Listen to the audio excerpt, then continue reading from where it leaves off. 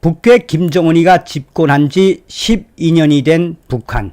지금 현재 북한 내부 사정이 보통 심각한 게 아니지요.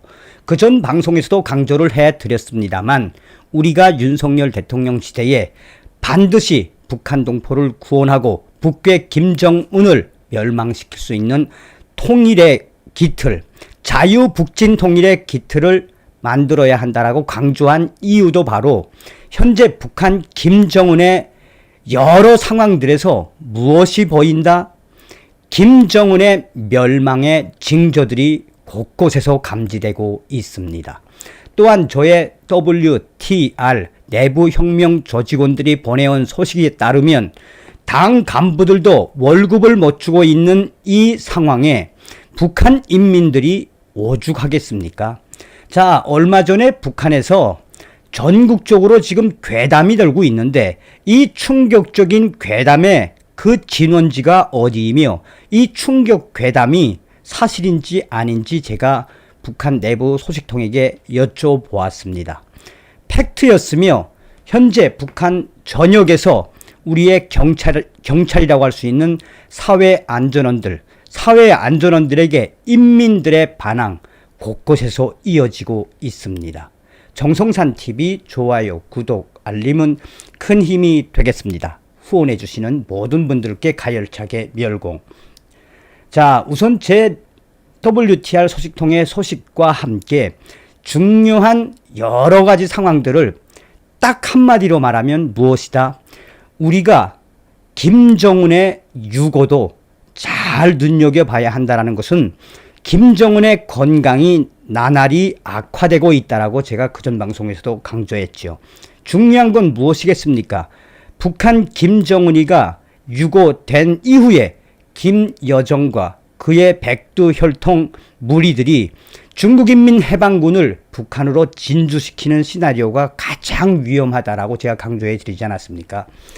자, 지금 현재 북한 내부가 어떤 상황인지 소상하게 전달해 드리도록 하겠습니다. 우선 이 북한 전역에서 퍼진 괴담의 본질은 한 열흘 전쯤 됐습니다. 이 저의 WTR 동북 삼성 소식통이 지금 북한에서 인육을 먹는다라는 소식이 들어왔었습니다. 그래서 제가 급하게 이 중국을 통해서 황해도 소식통과 평양 소식통, 또 평양 밑에 있는 평성 소식통에게 지금 현재 북한에서 돌고 있는 이 충격적인 인육 취식 괴담, 진짜 인육을 먹느냐, 이 소식에 대해서 알려달라고 했더니 이 오늘과 어제, 그제 3일에 거쳐서 소상하게 밝혀왔습니다. 자, 우선 평성 소식통부터 전달해 드리도록 하겠습니다. WTR 평성 소식통은 정성상 감독께서 여쭈어 주신 북한 곳곳에서 인육을 먹는다라는 소식, 아직까지 평성에서는 그런 사건이 터지진 않았지만 그 진원지는 바로 황해도입니다. 황해도 모 지역에서 인육을 취식한 충격적인 사건이 불과 석 달 전에도 한번 나왔었고, 황해도에서 인육을 먹는다는 충격 그 괴담이 퍼져나가게지고 평양으로 옮겨간 이후에 이 소식은 지금 북한 전역으로 퍼졌습니다. 맞았습니다. 사실이었지요. 자, 또 다른 소식통. 이분은 이제 평양하고 또 원산, 제 다른 지역으로 이제 서비스차를 하시는 분인데 이분이 제일 정확합니다. 우선 현재 북한에서 터진 충격 괴담의 본질은 그만큼 북한이, 우리 북조선이 먹고 살기가 어렵다는 거 아니겠어요?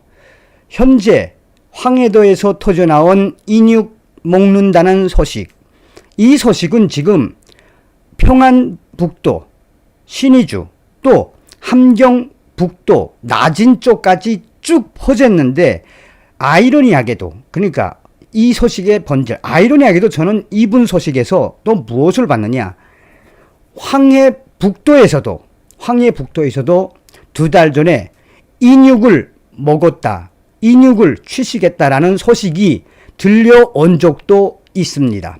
정확하게는 2월 말과 3월 말 또 4월 달 이 석 달간의 소식이 나왔는데 황해 북도에서 인육을 먹는다는 소식은 정확하게 실제인지는 확인되지 않았지만 이 소식도 발빠르게 퍼져나가고 있어요.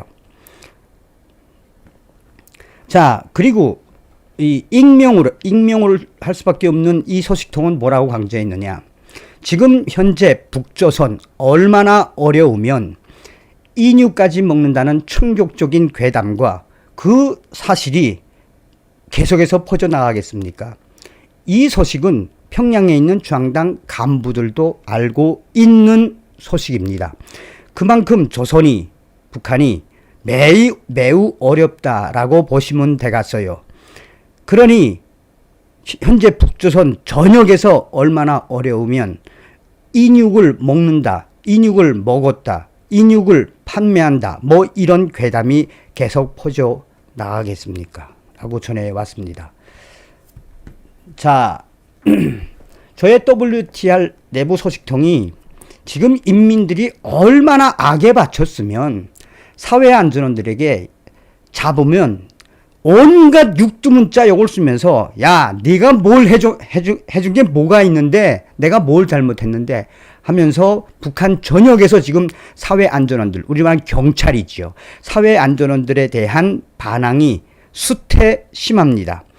자, 우선 평안북도 박천군에서 얼마 전에 장마당을 순찰하던 사회안전성 안전원들 3명이 한 인민에게 장사를 한 인민에게 행패질을 하고 뭐라고 하니까 그 인민이 장사를 하던 사람이 갑자기 술을 벌컥벌컥 들이마시더니 술병으로 사회안전원 순찰 돌던 사회안전원을 머리통을 깠는데 안전원들이 권총을 꺼내자 옆에 있던 다른 장사하는 사람들도 와다닥 달려붙어서 이 사람이 뭘 잘못했는데 하면서 이 사람을 옹호했던 사건이 터졌습니다. 또한 원산에서도 얼마 전에 사회안전원들이 인민들을 강압적으로 통제하고 인민들을 강압적으로 때리고 하다 보니 지나가던 안전원들 3사람이 갑자기 뒤에서 7, 8명의 청년들이 복대를 쓰고 그러니까 복면을 쓰고 7명과 8명의 청년들이 야밤에 그 3사람의 사회안전원들에게 뒤에서 삽자루를 날렸다고 소식이 전해왔어요. 그런데 문제는 7, 8명의 청년들이 사회안전원들에게 삽자루를 날리면서 아야 죽탕을 냈는데 아직도 못 잡았다고 합니다. 정성산 선생, 이 소식뿐이 아니라 사회안전원들 또 국가보위성 보위원들이 지금 공화국 전역에서 삽자루 후려치기, 뒷담화, 그러니까 이제 폭치기죠. 삽자루 후려치기에 당하는 안전원들이 수태 아주 많다고 전달해 주십시오. 이게 바로 인민들의 저항, 반항이 시작된 거 아니겠어요? 라고 전해왔습니다. 서두에도 말씀을 드렸습니다만 우리는 반드시 윤석열 대통령 시대에 북한 동포를 구출을 하고 북괴 김정은 멸망을 위한 자유북진 통일의 기틀을 만들어야 합니다. 다음 시간에 뵙겠습니다. 열공.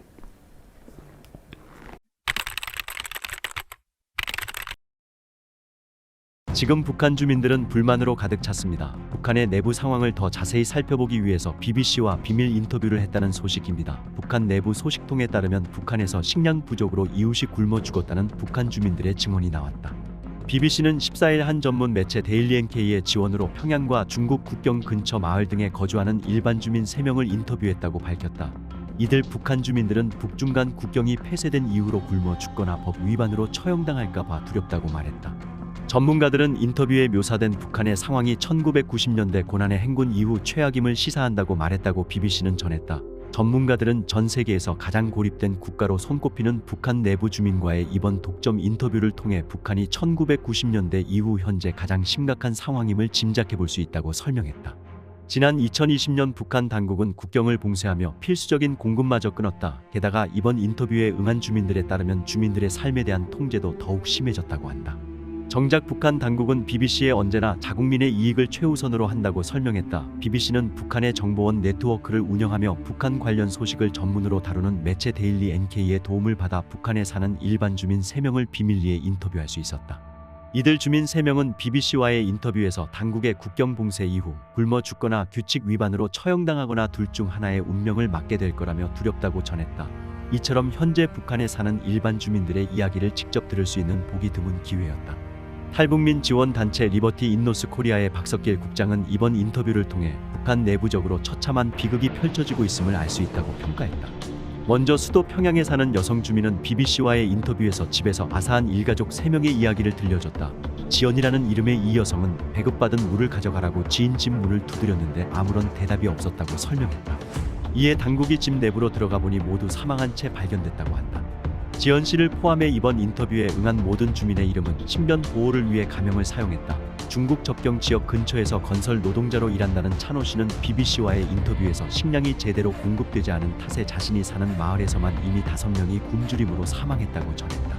처음엔 코로나19 감염으로 죽을까 두려웠지만 곧 굶어 죽는 걸 걱정하게 됐다는 설명이다.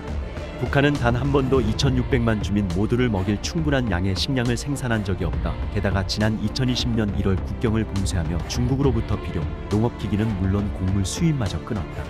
아울러 북한 당국은 국경 지역 경계를 강화하는 한편 누구든지 국경을 넘나든다면 사살하라는 명령을 내린 것으로 알려졌다. 이에 따라 주민들이 식량을 밀수해 비공식적인 장마당을 통해 판매하기란 거의 불가능해졌다. 북부 지방에서 시장 상인으로 일했다는 명숙 씨는 보통 중국에서 들여오는 상품이 지역 시장 물건의 4분의 3 가까이 됐으나 이젠 텅 비었다고 전했다. 국경을 넘나들며 밀수품을 팔며 생계를 꾸리는 다른 여느 업자처럼 명숙 씨 또한 소득이 크게 줄었다. 명숙 씨는 이렇게 가족들이 굶었던 적이 없었다며 사람들이 너무 배가 고픈 나머지 자기 집에 찾아와 문을 두드린 적도 있다고 했다. 한편 지연 씨는 집에서 극단적인 선택을 하거나 더 이상 생계 유지가 힘들어 죽기 위해 산에 들어가 실종되는 사람들의 이야기를 들었다고 했다.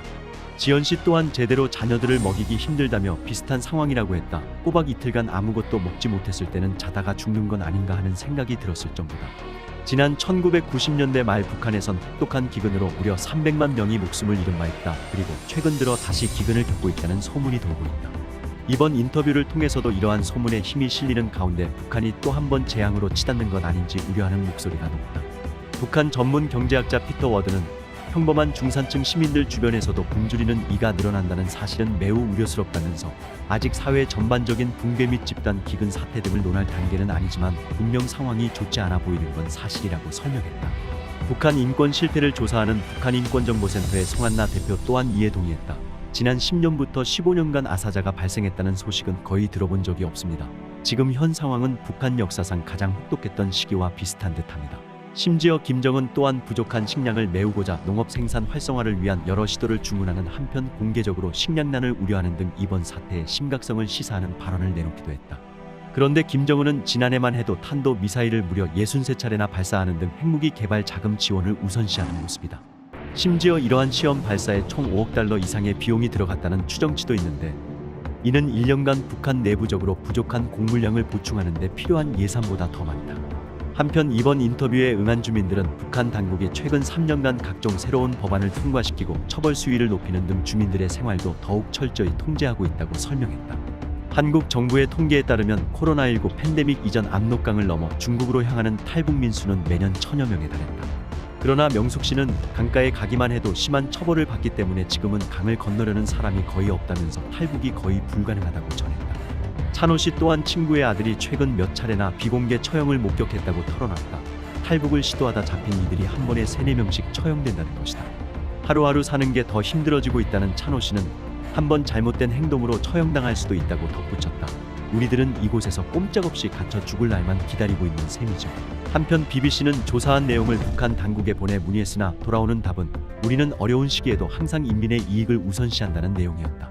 영국 런던 주재 북한 대사관 대표는 실현과 도전의 상황에서도 언제나 최우선 과제는 인민의 안녕이라고 했다. 그러면서 BBC가 조사한 정보는 반북한 세력이 조작한 증언에서 비롯됐다며 모든 것이 사실은 아니다라고 주장했다. 그러나 박 국장은 이러한 주민 인터뷰를 통해 고통의 삼중고가 잘 드러난다고 설명했다. 식량 상황은 그 어느 때보다도 어려워졌는데 주민들이 스스로 생계를 꾸려갈 자유도 줄어들었으며 북한 탈출도 거의 불가능해졌다는 것이다.